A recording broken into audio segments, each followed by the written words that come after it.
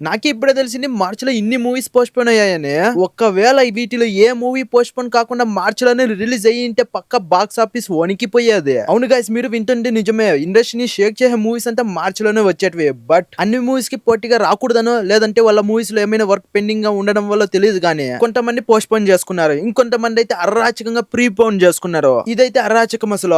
అసలు ఎక్స్‌పెక్ట్ చేయకుండా ఉండేటివి జరిగాయి గైస్. ఫస్ట్ పోస్ట్‌పోన్ అయిన మూవీస్ గురించి మాట్లాడుకుంటే మన అడివిశేష్ అన్న డెడ్ క్యాట్ మూవీ అయితే పోస్ట్‌పోన్ అయిపోయింది. ఆయన మార్చి 27న రావాల్సిన పెద్ద మూవీ గురించి పోస్ట్‌పోన్ అయిపోయింది. ఆ ప్లేస్ లో మనకి ఉస్తాద్ భగత్ సింగ్ మూవీని అయితే అనౌన్స్ చేశారు. ఆ తర్వాత మార్చి 19న రావాల్సిన పారడైజ్ మూవీ ఏకంగా 3 మంత్స్ పోస్ట్‌పోన్ అయిపోయింది. ఇక్కడ అరాచకం ఏమంటే మార్చి 27న ప్రీపోన్ చేసుకున్న Ustaad Bhagat Singh movie Paradise movie తప్పుకోవడం వల్ల అది పారడైజ్ ప్లేస్ లోకి వచ్చేసి మార్చి 19న రిలీజ్ చేస్తున్నాం అని మూవీ టీం అయితే అనౌన్స్ చేసింది.